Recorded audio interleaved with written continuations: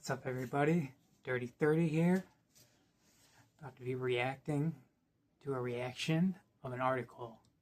7 guitarists who don't belong in the greatest conversation from the YouTube channel Music is Win. He's reacting to some articles. Sounds like some BuzzFeed type shit. Just something to talk about. So let's get into it.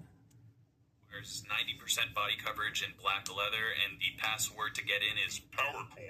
Every gathering ends with some guy getting mad and storming out, yelling, "Real rock died with Bon Scott." And let's be honest, as a guitarist, I was hoping the Society of Rock would have tabs, gear reviews, or at least a tone breakdown somewhere. But nah, it's more like TMZ for boomers with less pulse. I did not come here to read about some guy in the 70s who stubbed his toe on a wah pedal. Call me when this site has changed its name to Cult of Shred or Federation of Face Melting Solos, something cool like that. Then I'll join. And as you can see, this is a spicy headline, written with all the nuance of a YouTube comment from 2015. So today I'll be reacting to this article with the proper amount of grace, humility, and deeply passive-aggressive sarcasm.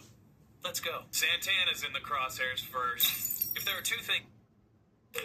Let's go, boys! One thing I've noticed about football fans is they all talk like the players can actually hear them. Proud of you. Santana is like very known, I feel like, in pop culture for a guitarist that plays the kind of music that he does. He's really good, but like I don't think he's not like my favorite type of style ever. But he's very good, you know. I feel like there's some Peter Green influence there. Let's see what he has to say. If there are two things this list hates, it is melodic phrasing and massive cultural impact. Did you know, according to this article, Santana loves Dorian licks? What an original thought. I had no idea Carlos Santana preferred the Dorian mode. Incredible revelation there. And aside from that, Santana's tone is so recognizable, it's practically a trademarked sound. Something's confusing me, however, because I was under the impression the Dorian mode goes like this.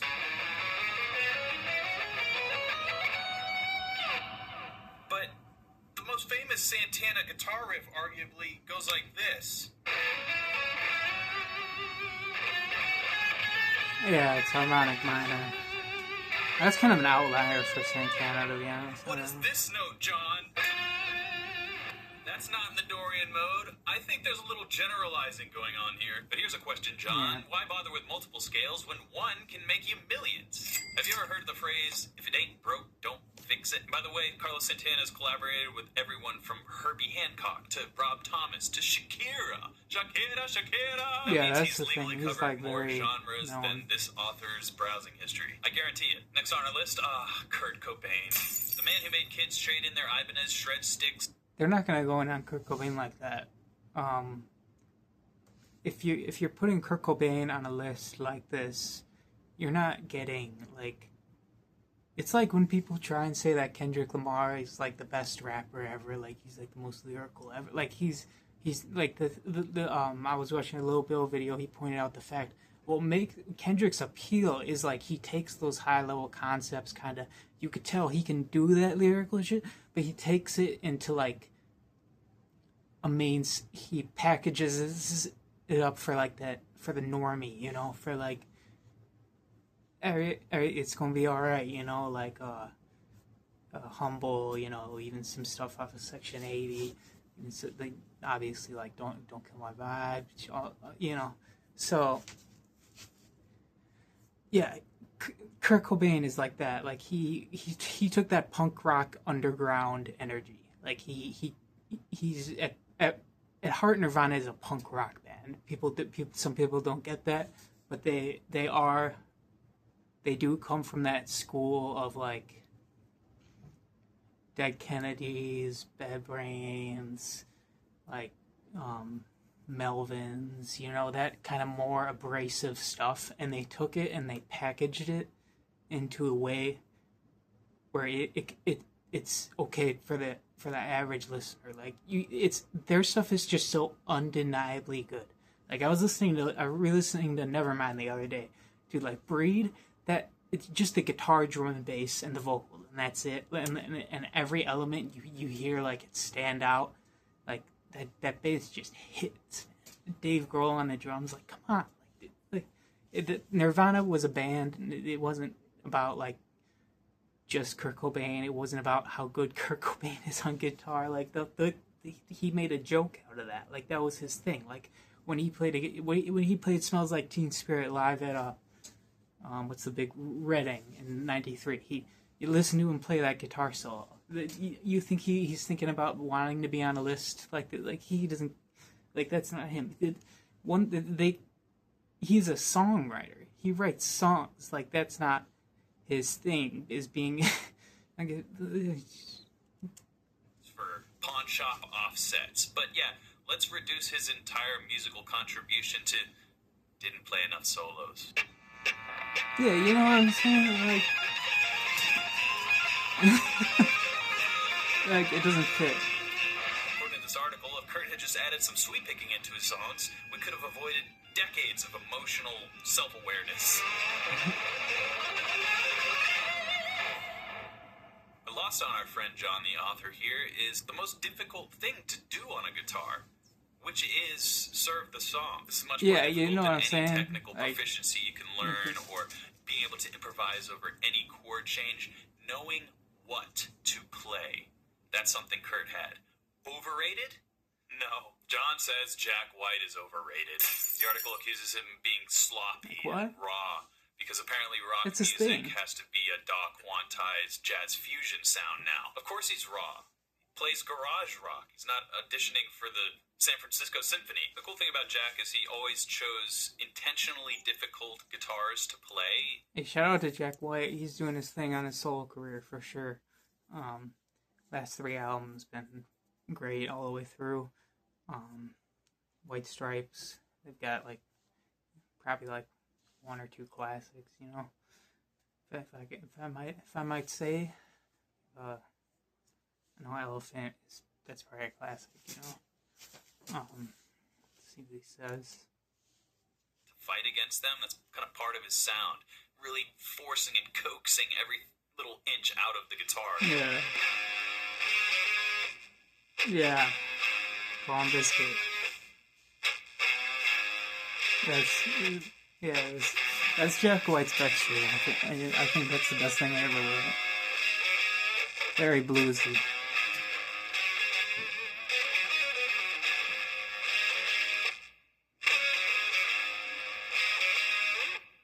Played a guitar made out of Coke bottle, a board, and a single string. Jack White from Detroit. Is not just miming gent drop B riffs.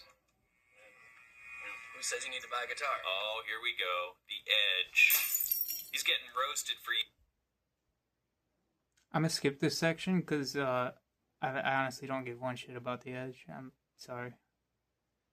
Oh, and I'm skipping the next one too. Yngwie Malmsteen. He does that shred sweep shit. I'm not with it. Jimmy Page is the next one. Jimmy Page, and nobody's coming at Jimmy Page like that. Jimmy Page's sense of melody is unmatched. His style of playing, especially live, is it's kind of has that sloppy, picking style to it. Where he kind of rakes the notes sometimes. You know, it doesn't hit every single note. Sometimes it's just like a flurry of notes, and as long as he lands on one, for that show, the Guitar Moves or something, that Dean Ween pointed that out. Like Jimmy Page can just play anything, and then if he lands on, you know that sharp or that third, that minor third bended up to a major third. You know, that's like the Jimmy Page note. It's a joke, but yeah, he was outside of guitar playing, this is kind of like the Kurt Cobain thing. Jimmy Page can write a song. Do I have to go through a whole lot of Dazed and Confused? You know, Stairway to Heaven.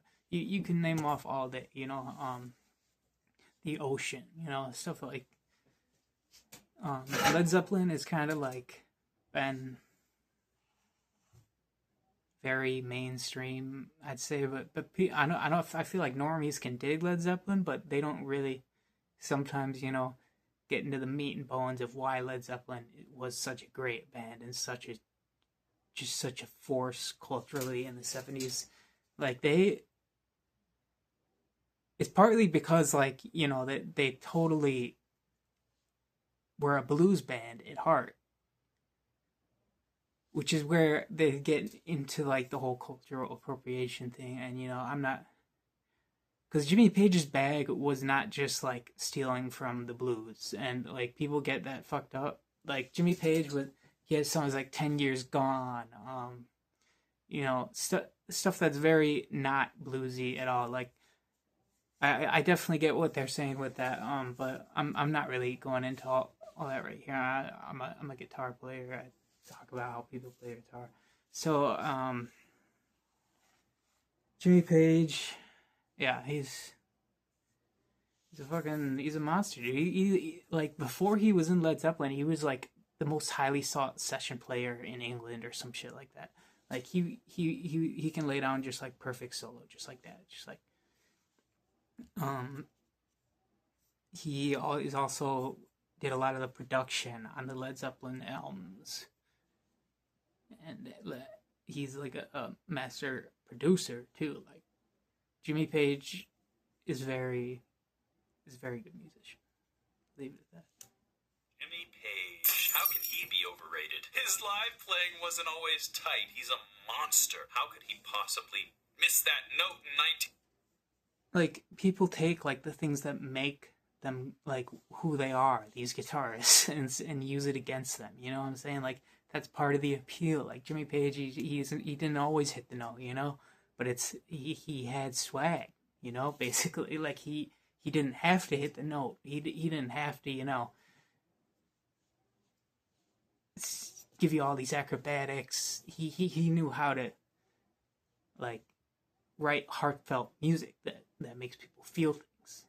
It's this list. 1976. But Jimmy Page, of course, we know, was a very in-demand session player, which you got to be good to be a session player. Yep. I don't know, right? But really, let me just list some songs that Jimmy Page created the guitar riffs for.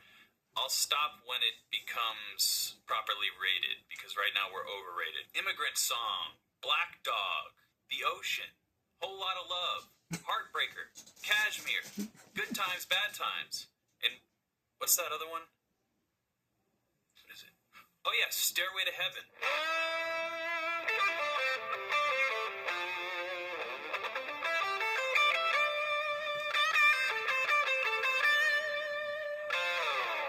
Last on our article list here. Nobody but Bruce can tell stories. I'm on my wrong count. He's channeling something deeply personal. Bruce Springsteen. Slash. By the way, do you Boss. know what Slash's real name is? You're what? Darkness on the Edge of Town, Bruce Springsteen's best album by far. He was killing it on that shit. Live shows around that time, fucking 3 hours and shit, 4 hours. It was wild. Led Zeppelin did that too, though, Loki. Like, Zeppelin was doing like 45 minutes of Dazed and Confused, like throwing old blues songs in the middle of A Whole Lot of Love for 30 minutes, 1972, 1973. And their version of Dazed and Confused like evolved with their eras. It was a way to like track what their sound is at the time. It was very interesting. Welcome. Yes, Slash, the man whose top hat is more recognized. I don't really listen to like Guns N' Roses, like Slash, like that. Like I know like his like big pop hit solos are very melodic and cool. He's kind of like on the edge of like a more melodic based player like Jimmy Page. Like Jimmy Page can get down, like throw a little fast licks in there and stuff, but that's not his like thing. He's more like about like the strong melodic statements, like Jimmy Page. Like he's on the edge of like that and like a shredder, more like a shredder. Like Slash can play like the blues and like play like very melodic stuff, but then he'll throw in like some sweet picking and stuff like in there. So he's like on the edge of that.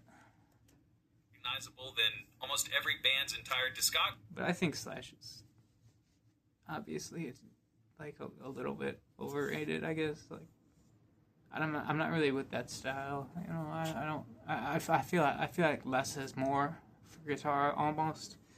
Like what I lean into is like Robert Quinn, who played with Richard Hell and Lou Reed.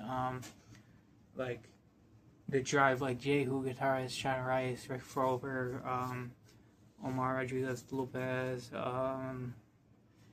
the Josh Homme, you know what I'm saying? Like that like very reckless style of playing, but it's very like Josh Homme is a great example. Like he's very melodically strong and plays these statements that like stick with you, you know, and they get are very catchy, you know.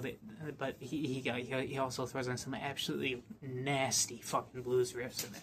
Like Josh Homme is one of the nastiest guitar players, dude. But sure, let's simplify him to just being a repetitive. Another good one is maybe from the Eagles. It's not Don Phillips, but the you know what I'm talking about. Joe Walsh. He had like that gritty style. Same with Tommy Bolin, who was in Deep Purple after playing with Billy Cobham on the Spectrum album, which is an amazing underrated jazz fusion album. If you want something underrated, check out Billy Cobham. He played drums on Bitches Brew or Jack Johnson with Miles Davis.